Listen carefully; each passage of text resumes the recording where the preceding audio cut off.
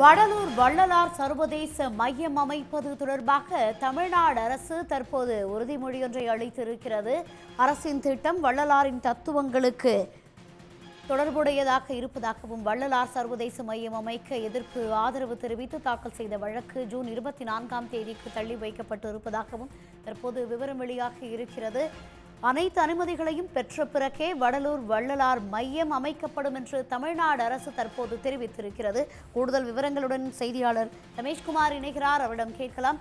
ரமேஷ்குமார், இந்த வழக்கின் முக்கிய தகவல்களை பதிவு செய்ய. வடலூர்ல சத்தியஞான சபை பெருவிலையில வள்ளலார் சர்வதேச மையம் அமைப்பதற்கு எதிர்ப்பு தெரிவித்தோம், அதே போல அதை அமைப்பதற்கு ஆதரவு தெரிவித்தும் தனித்தனியே வழக்கு எல்லாம் தொடரப்பட்டிருக்கிறது. இந்த வழக்கினுடைய விசாரணை நீதிபதிகள் மகாதேவன் மற்றும் ஆதிகே செல்வா ஆகியோருடைய அமர்வு சிறப்பு அமர்வுல இன்று விசாரணை நடைபெற்று வந்தது. அப்போது வள்ளலார் சர்வதேச மையம் அமைப்பது தொடர்பான அரசாணையை எதிர்ப்பது ஏன், அதற்கு என்ன ஆதாரங்கள் இருக்கிறது, வள்ளலார் பெயர்ல சர்வதேச மையம் அமைந்தால் வள்ளலாருடைய தத்துவங்கள் கொள்கைகள் உலகம் முழுவதும் பரவும் அல்லவா, வள்ளலாருடைய தத்துவங்கள் ஊக்குவிக்கும் அரசு முடிவில் எந்த தவறும் இல்லையே என நீதிபதிகள் கேள்வி எழுப்பினார்கள். மேலும் அரசினுடைய திட்டம் வள்ளலார் தத்துவங்களுக்கு விரோதமாக என நிரூபித்தால் மட்டுமே அரசு முடிவில் நீதிமன்றம் தலையிட முடியும் என்று நீதிபதிகள் திட்டவட்டமாக கருத்து தெரிவித்தார்கள். அதுக்கு பதில் அளித்த மனுதாரர் தரப்பு வழக்கறிஞர்கள் கடந்த 1867 முதல் 1872ஆம் ஆண்டுகளில் 106 ஏக்கர் பரப்பளவில் கட்டப்பட்ட சத்தியஞான சபை அப்படியே இருக்க வேண்டும் என்பதுதான் வள்ளலார் விருப்பம் என்றும், மேலும் பெருவழியில கட்டுமானம் மேற்கொள்வது வள்ளலார் விருப்பத்துக்கு முரணானது எனவும், வள்ளலாருடைய 6ஆம் திருமுறை உத்தரஞான சதம்பர மான்மியம் உள்ளிட்ட பாடலை மேற்கோள் காட்டி வாதம் என்பதை அவர்கள் முன்வைத்தார்கள்.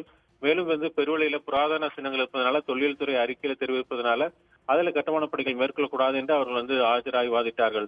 இதற்கு பதில் தமிழக அரசு தரப்பில் ஆஜரான அரசு சிறப்பு வெளியீடர் அருணராஜன் தொல்லியல் துறை ஆய்வுல இப்பகுதியில் சில கட்டுமானங்களில் லட்சங்கள் கண்டறியப்பட்டுள்ளதாகவும் 100 ஆண்டுகளுக்கு குறைவான காலத்தை சேர்ந்த அவை தொல்லியல் துறை முக்கியத்துவம் வாய்ந்தவை அல்ல என்றும் தெரிவித்தார்.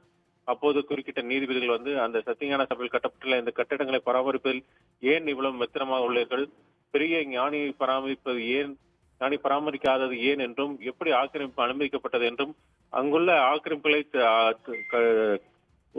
உடனே அகற்ற வேண்டும் என்றும், அதற்கு உடனடியாக நடவடிக்கை எடுக்க வேண்டும் என்றும் அவர்கள் உத்தரவிட்டிருக்கிறார்கள். ஆக்கிரமிப்பை அகற்றுவதில் எந்த ஒரு தயவு தாட்சியும் காட்டக்கூடாது என்றும் அவர்கள் தெரிவித்திருக்கிறார்கள்.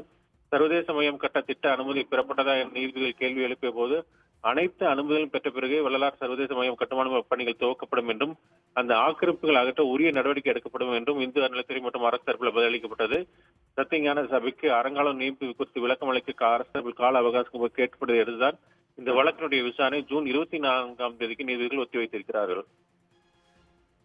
தகவல்களுக்கு நன்றி ரமேஷ்குமார். உடனுக்குடன் செய்திகளை தெரிந்து கொள்ள சன் நியூஸ் பெல் ஐகானை கிளிக் பண்ணுங்க.